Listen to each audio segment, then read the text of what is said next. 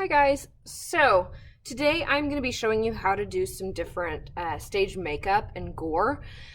I think a common misconception is that you can only do these things if you have some really expensive makeup, and that's just not the case. So I'm going to be showing you today how to make a really small bruise. Notice how it's not massive, but all that I used for this were these eyeshadow palettes. So the blue really does help. You can also do it without the blue if you have some kind of a pink or a brown or something.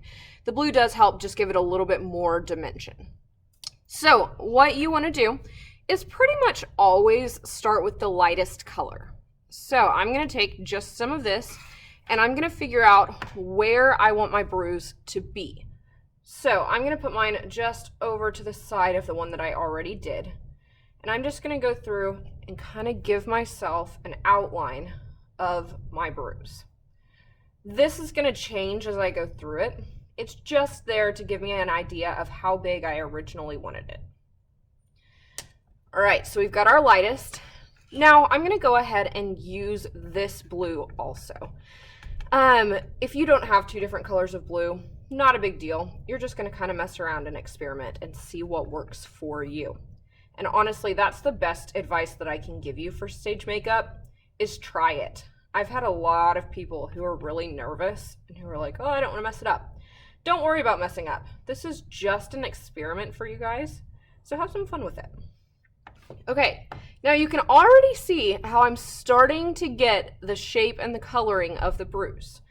So as you go through and layer on more and more colors, you want the light colors to stay towards the edges, and the darker colors should come in towards the middle.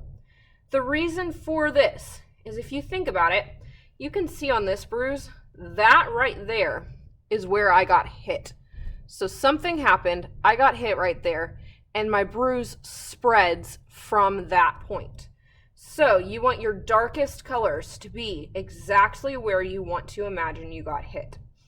Or you hit your arm on something, or if you did what I do all the time, you ran into a table, anything like that. I use my finger a lot to help blending. You can do that, or you can stick with your brush. Either one works okay. Okay, notice how I am starting to really see those different shapes and colors. And also notice how it's blotchy. That's something that you definitely want, is blotchiness. Because bruises are not even. They're not straight lines, they're not perfect circles, they're weird shapes, they've got different colors in them, and they are blotchy. All right, I'm gonna start in with the pink, and I don't have any red eyeshadow. I bet that you don't either, so I substitute pink in for that instead. And this is to really start imagining your blood vessels breaking. And mine actually does this really cool thing whenever I mix my pink and my blue, where it kind of turns into a purpley color. That's something that yours may do, and that can help a little bit too.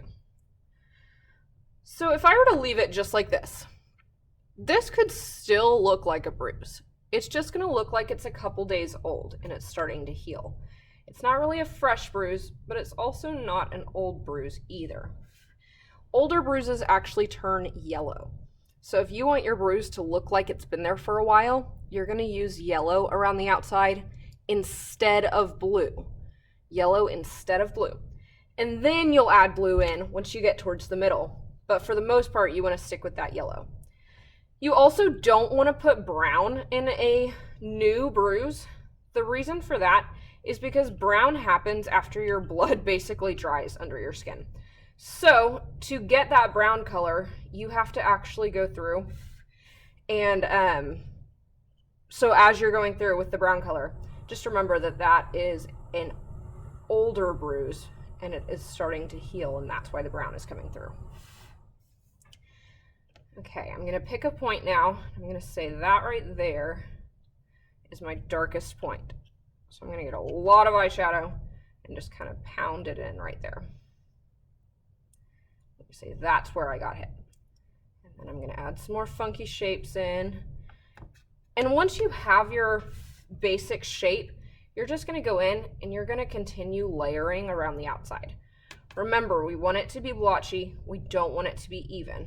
So as you're going through, your arm actually is probably going to start hurting because you're just hitting it over and over with a brush. But that's what we're going for. Now, if you have any weird spots of blue, which I kind of do, you can go in over those and just really, really, really lightly add in some brown just to give it a little bit more texture and color. I'm going to add in a little bit of light out here. A little bit of this pink, because I haven't used that yet.